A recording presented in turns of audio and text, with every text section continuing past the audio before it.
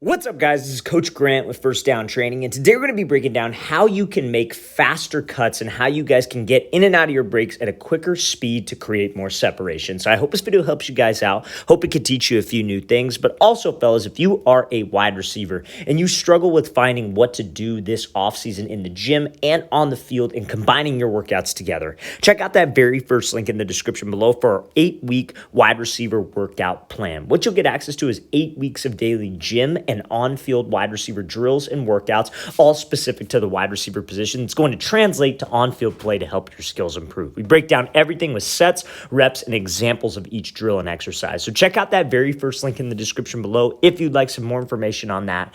Let's get started with this video. So this first route we're going to be looking at here is called a return route. So a return route is kind of like the opposite of a whip route or like a pivot route. I know a lot of people have a lot of different terminology for these routes, but let's say in my terminology, a whip route would be where you break 3 steps up, you go to the slant, and then you whip back to the sideline.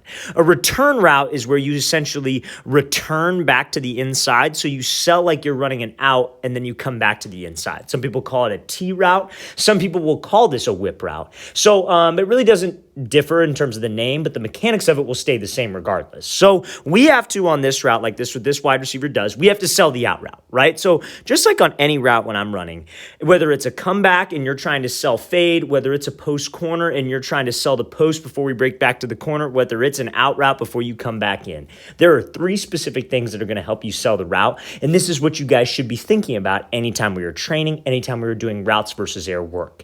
And that is your speed, your body language, and your stride. So what do I mean by that? So when this wide receiver breaks to the out route, this DB is not going to crash and believe that it's an out route unless we run hard. So many wide receivers, because they are preparing for this break point, which is what's going to slow down their cuts in the first place, will run this route and they will start to slow down.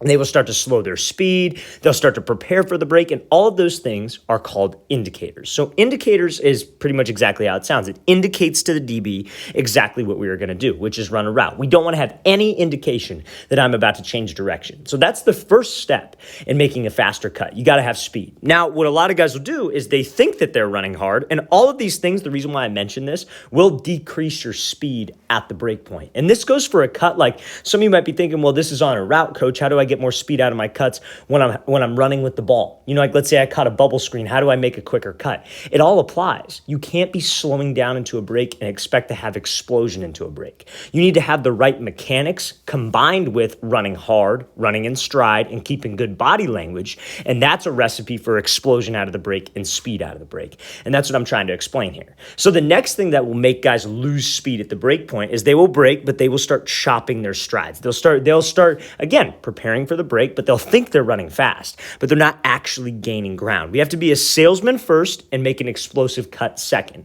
So I need to make sure I'm running hard, but also my stride doesn't shorten. I'm able to cut in stride. Speed in stride will lead to more explosion at the break point. We're going to talk about how to get that in a second. So now, last but not least, you want good body language. So before the break point, what a lot of wide receivers will do, because like anytime you're running a break, like a T route, a return route, a comeback route, at the break point, you got to drop your hips, right? Not so much like on a post or a corner, but on anything where you have to drop your hips. You need a violent drop to be able to create energy to shoot you out of the break. Now, what a lot of guys will do before they drop their hips is they will raise their chest up and pop their chin up in the air, because them raising up helps them come back down. And yes, it will help you come back down, but that raise of your chest is also going to raise your hips. And a DB in man coverage is supposed to be watching your hips. So when he sees your hips raise, that's an indicator to him, and that's going to help him put the brakes on and get pretty much lock you up. So to make an explosive cut, you need to have all 3 of those things first. You have to make sure that we are selling the route. Now, the explosive cut comes from being able to decelerate while doing that. So many wide receivers, when they cut, they waste time at the break point because they do everything I'm saying. They'll sell the route, they have good pad level, they have good stride, but their hips are not violent like what we were talking about. It's not an aggressive and explosive drop of their pad level.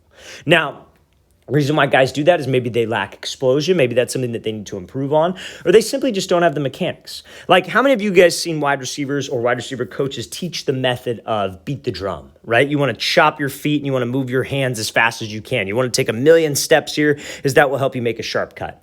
Now, I'm going to tell you that right now. That's not violent. That's not explosive. That's just wasted time at the break. You guys can get in and out of the break much quicker than that. So when you break to this out route, to be able to decelerate while you're running full speed and to make a sharp cut, it's got to be a level change. Like somebody threw something at the top of your head and you have to duck down as quickly as possible. Now, what are the mechanics of that? Where should I be when I drop? And you should be in 2 specific positions that you want to think about. You want to think about sitting in a chair with your lower half. So you see how when he's running, he's not bending at his waist forward. Like his chest doesn't go over his knees. He sits his butt down. That is how you guys put the brakes on. But when you sit the butt down, you got to make sure that we do not strike the ground on my heel. You strike the ground on that middle arch ball of your foot first. Your whole foot can be down, but we do not want to strike heel toe. Because when you strike on your heel, your weight is going to shift too far back. Your chest will pop up in the air, and we're not going to have any speed out of the break. So we need to make sure that we sit into a chair. I'm striking the ground correctly. And last but not least, my chin is trying to touch my knee. Do you actually have to touch your knee? No. But that's going to help you keep your pad level more forward, and that will put you in a more explosive position. So like that same thing, like top of a comeback route, top of a curl route, that is how you want to drop. You want to sit in the chair, strike on that middle arch, and bring your chin to your knee, because this is an explosive position. This will help you slow down, but this will also help you generate some energy out of the break so you can accelerate and win that race back to the ball to make a faster cut. So everybody talks about that violent snap down. You want to snap down. You want to have that trigger step. But what are the actual mechanics behind it? That is it. And the reason why we need those mechanics is because we were running so hard and we were selling the route. If you guys don't sell the route, you're going to get locked up. If you sell the route, but you waste time at the break point, you're going to get locked up. To get that explosive change of direction, we have to sell with my stride, with my speed and my body language, and I need to have those mechanics on the drop. Sit in the chair, bring that chin to your knee, and strike the ground at the correct position.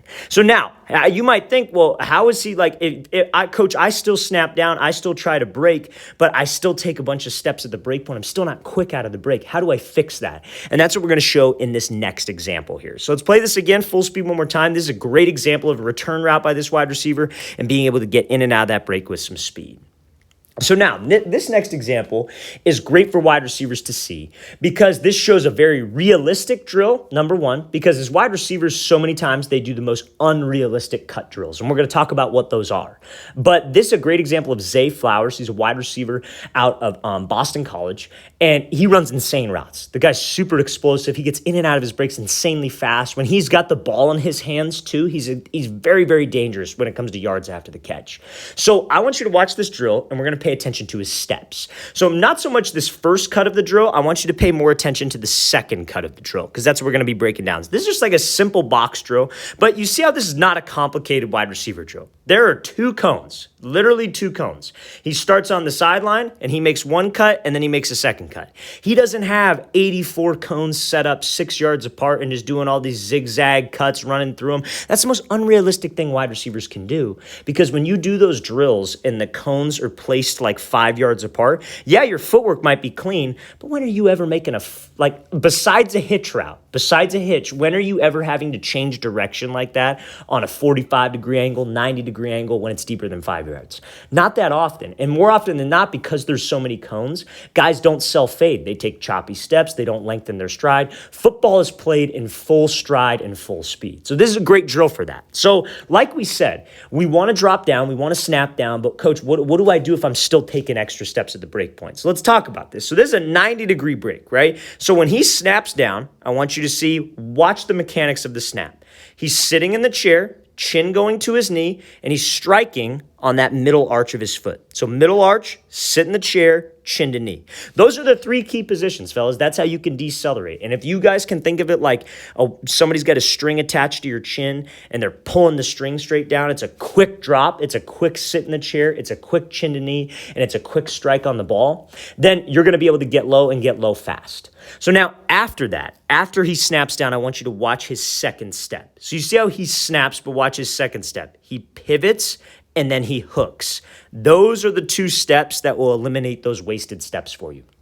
Because at the end of the day, when it comes to running routes, when it comes to making cuts, it's all about how fast can I get my hips in and out of the break? If I'm running a comeback, how fast can I get my hips on this 45? If I'm running a dig, how fast can I get my hips down this 90? So after you take that trigger step, that snap step, your second step needs to pivot, because that is what will turn your hips. So like, let's say this is like a comeback, for example. You would snap on the inside foot, you pivot on the second step, and then your third step would hook back around because that third step is driving you off. Now, listen, if you're not getting out of breaks in 3 steps like this, that's completely fine if you're newer to route running. Right? But if you feel like you know how to snap down, you are snapping down, but you're taking a million steps, this is going to help you. Because I know a lot of guys that'll run, they'll snap down, but then they take about 1, 2, 3, 4, 5, 6, and then they get out of the break. And the snap down's completely useless. The reason why we snap down is to put myself into a low explosive position. So when I take that pivot step, and when I take that hook step, I am low enough to where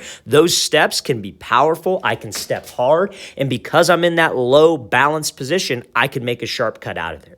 So it all starts at the trigger step, and then the steps afterward is what will get your hips out of the break so you can drive. A lot of younger guys, when they do that pivot and that hook, they might take 2 more steps. That's totally fine. But as long as we can snap and get low, as long as we can pivot hard and hook hard, that's going to get you more explosion, more speed, and help you take less steps with your cuts, which will help you with the ball in your hands, and it will help you at the top of the route. So this is a textbook routing from Zay Flowers, or a textbook drill. So remember, fellas, anytime that I am making that type of cut, that explosive snap cut, anytime I'm drilling it, let's talk about that first. Anytime I'm drilling it, it needs to be realistic. I never work back-to-back cone drills with my wide receivers unless we're working on like speed cuts. If we're working on a hip drop, if we're working on being violent with my hips, getting low, it is always in a full stride setting. I am never once going to have them snap down and have the cones be 3 yards apart. Do not do those drills. Those are unrealistic, fellas.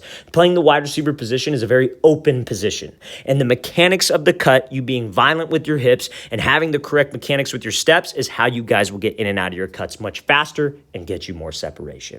All right, fellas, I really want to thank you for watching. I really appreciate it. If you guys have any questions at all, please don't hesitate to leave those in the comment section below. We always appreciate the feedback. It's always great to hear from you guys. And again, fellas, if you would like an 8-week wide receiver gym and field workout schedule, check out that very first link in the description below. We'd love to get you on that. I'll see you guys next time.